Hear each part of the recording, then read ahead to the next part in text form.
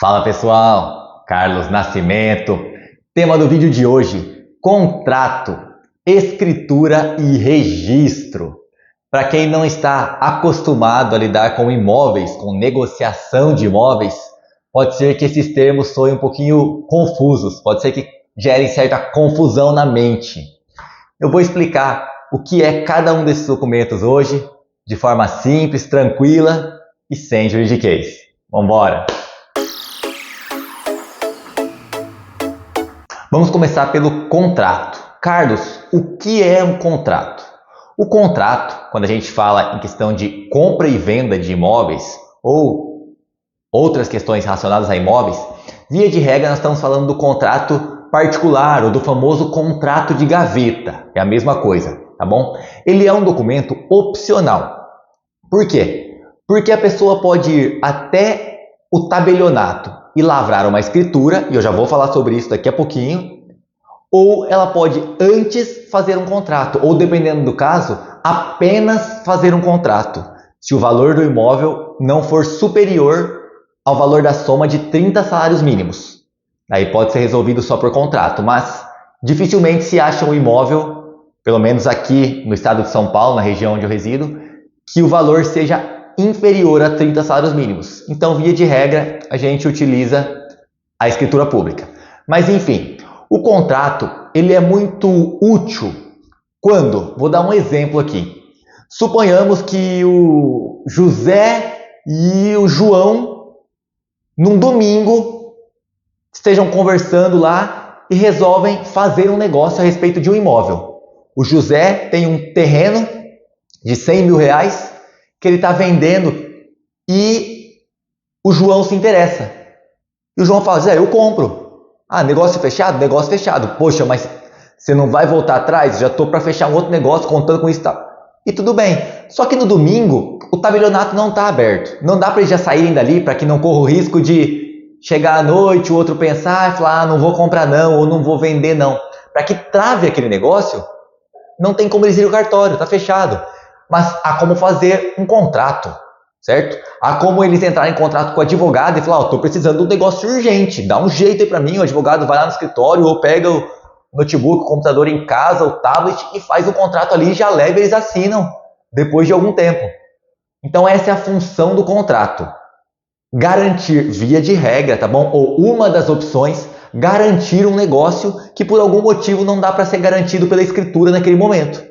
E aí vai lá, se faz o contrato, um contrato de promessa, por exemplo, nós estamos aqui prometendo, um que está prometendo que vai vender e o outro está prometendo que vai comprar.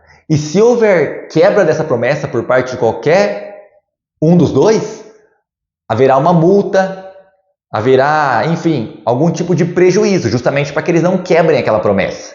Então essa é uma das funções do contrato, para dar o exemplo, tá?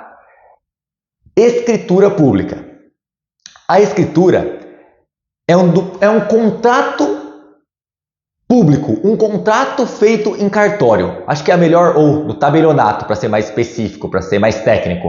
Acho que a melhor forma de explicar é essa. Ela vai levar praticamente os mesmos termos, o mesmo texto do contrato, só que ela é feita num tabelionato.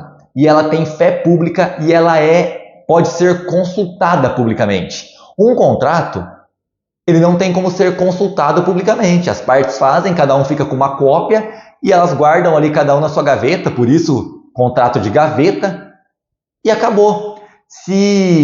Como no exemplo que eu dei, o José vendeu para o João, como que o público, como que a sociedade vai saber que aquele imóvel não é mais do José, sendo que lá no cartório está em nome do José? Porque os dois fizeram uma coisa entre eles e está ali guardado na gaveta de cada um. Agora o que está no tabelionato não. A pessoa pode chegar lá e perguntar, esse imóvel houve a venda ou não? E mais que isso, então a escritura ela é um contrato que tem fé pública, porque é feita perante um tabelião. As partes não podem, no contrato particular, as partes podem depois falar, não, eu não assinei isso, não, essa assinatura é falsa, não, a gente fechou num domingo e eu havia consumido bebida alcoólica, eu não estava ciente do que eu estava fazendo, já estava mais para lá do que para cá, enfim. Na escritura pública não, o tabelião vai avaliar tudo isso. Se no momento ele perceber que a parte chegou lá alterada, porque consumiu algum tipo de bebida alcoólica, por exemplo, ele não vai permitir que aquele ato de compra e venda aconteça naquele momento.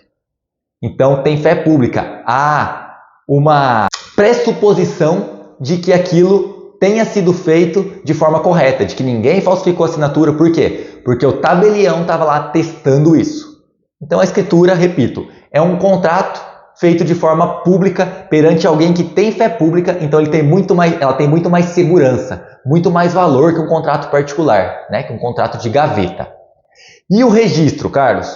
O registro é o ato de pegar essa escritura. Então, chegou na segunda-feira, o José e o João foram lá cumprir a promessa deles e foram até o cartório para lavrar, é o termo técnico usado, que é fazer aquela escritura, passar por escrito aquilo que eles combinaram. E foram até o tabelionato para fazer isso.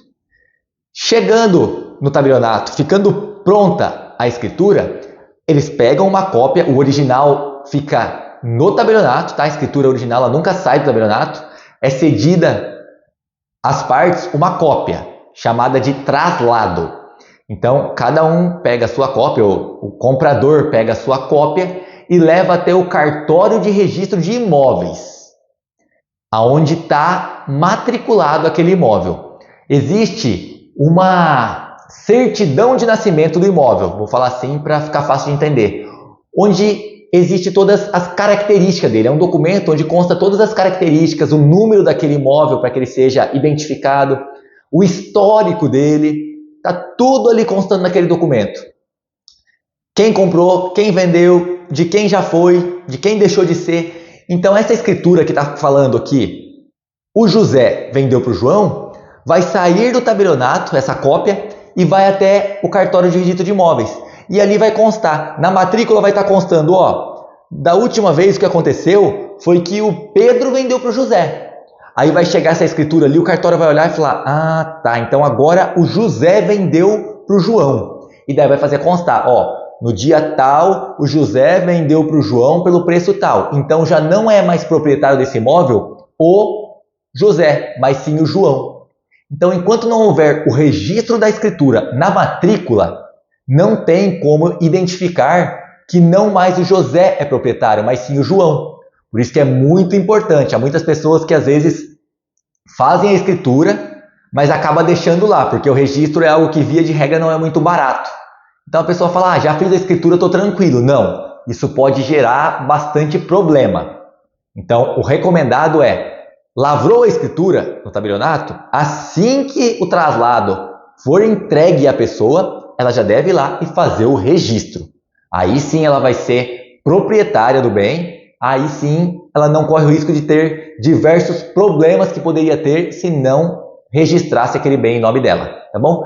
Então, o registro nada mais é que pegar a escritura e levar até o cartório para fazer constar na matrícula do imóvel que agora o proprietário não é mais o fulano que estava na matrícula. Houve uma atualização. O proprietário passou a ser o Beltrano, no caso do nosso, ou o Cicrano, o Beltrano é a terceira pessoa, passou a ser o Cicrano, que não é mais o José, mas sim o João. Certo? Espero ter conseguido simplificar isso para vocês.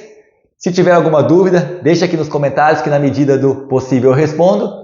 Se puder, compartilhe o vídeo, clique no curtir, isso ajuda bastante a gente aqui no canal. Um grande abraço, Deus abençoe você.